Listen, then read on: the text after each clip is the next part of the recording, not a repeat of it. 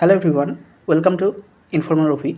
যারা অন্নপূর্ণা ভান্ডারের form fill up করেছেন এবং রিজেক্টেড দেখাচ্ছে বা পেমেন্ট ফেলিওর দেখাচ্ছে, তাদের জন্য গভর্নমেন্ট অফ ওয়েস্ট বেঙ্গলের তরফ থেকে একটি নোটিফিকেশান পাবলিশ করা হয়েছে। Office of the chief secretary একটি নোটিফিকেশান পাবলিশ করেছে 4/7/2026, অর্থাৎ যেদিন থেকে টাকা ঢোকা শুরু করেছে 1 তারিখ থেকে, তারপর 4/7/2026 পেমেন্ট ফেল বা রিজেক্টেড দেখানোর পর এই নোটিফিকেশানটি পাবলিশ হয়েছে।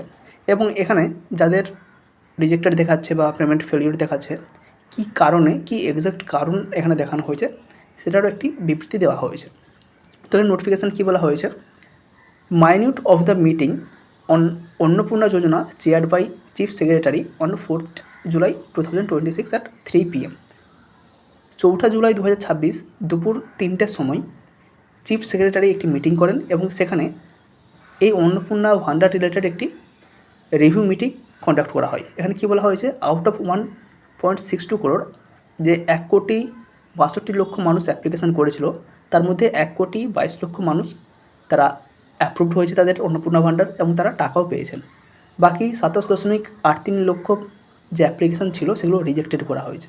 এবার কোন বেসিসে রিজেক্ট করা হয়েছে, কোন ক্রাইটেরিয়ার বেসিসে রিজেক্টেড করা হয়েছে, সেটার এগেনস্টেও তারা এখানে বলেছেন যে যাদের ফ্যামিলি পে ইনকাম ট্যাক্স করে, বা যে সমস্ত ফ্যামিলি তারা ইনকাম ট্যাক্স প্রোভাইড করেন, বা যে সমস্ত ফ্যামিলিতে 3টে বা তার বেশি রুম রয়েছে, অথবা যে সমস্ত ফ্যামিলিতে জিএসটি রয়েছে, তো সেই সমস্ত ফ্যামিলি এখানে রিজেক্টেড হয়েছে, প্রাইমারিলি রিজেক্টেড হয়েছে। অর্থাৎ যারা রিজেক্টেড হয়েছে তাদের এই কারণটাই দেখানো হয়েছে যে তাদের ফ্যামিলিতে কেউ ট্যাক্স পে করে, অথবা তাদের 3টে রুম রয়েছে, অথবা তারা জিএসটির আওতায় রয়েছেন। এটা আপাতত প্রফেশনালি রিজেক্টেড করা হয়েছে এবং একটি এনকোয়ারি হবে, হাউস টু হাউস এনকোয়ারি হবে, ফিল্ড লেভেলে একটা এনকোয়ারি হবে। সেখানে ওনার যে ক্যান্ডিডেট রয়েছেন বা ওনাদের যারা অথরিটি রয়েছে তারা গিয়ে ভেরিফিকেশান করবেন এবং সেখানে গিয়ে পোর্টালে একটি রিকমেন্ডেশন পেমেন্ট একটি সাবমিট করবেন যে যারা রিজেক্টেড হয়েছে বা যাদের পেমেন্ট ফেলিওর হয়েছে তারা আদৌ পাবে কি পাবে না। অর্থাৎ ওনারা গিয়ে ফিল্ড ভিজিট করবেন, সেখানে গিয়ে দেখবেন যে আপনার বাড়িতে 3টে রুম রয়েছে কিনা, বা আপনার ফ্যামিলির কেউ ইনকাম ট্যাক্স পে করে কিনা, বা জিএসটির আওতায় রয়েছেন কিনা। এখানে বলাই হয়েছে this exercise of field level enquiry and uploading in portal should start from 5th July 2026। 5ই জুলাই থেকে এই ফিল্ড লেভেল সার্ভে বা এনকোয়ারি শুরু হবে এবং উইদিন 7 days, আগামী 7 দিনের মধ্যে this activity needs to be completed so that no eligible beneficiary remain excluded and their benefit may be transfer to their Aadhaar linked bank account. এখানে ক্লিয়ারলি উল্লেখ রয়েছে আগামী 7 দিনের মধ্যে এই ভেরিফিকেশান কমপ্লিট হবে এবং এই 7 দিনের মধ্যেই ভেরিফিকেশানের পর যে সমস্ত ক্যান্ডিডেট এলিজেবল রয়েছে তারা কিন্তু টাকা পেয়ে যাবেন।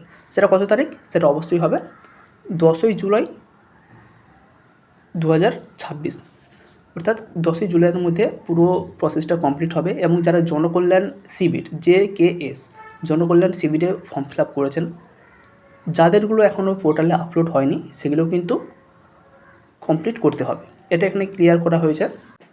এবং যাদের রিজেক্টেড করা হবে বা যাদের অ্যাপ্রুভাল করা হবে, কিসের বেসিসে রিজেক্ট করা হচ্ছে বা কোন বেসিসে অ্যাপ্রুভাল করা হচ্ছে তার জন্য একটি রিকমেন্ডেশান এবার থেকে আপলোড করতে হবে।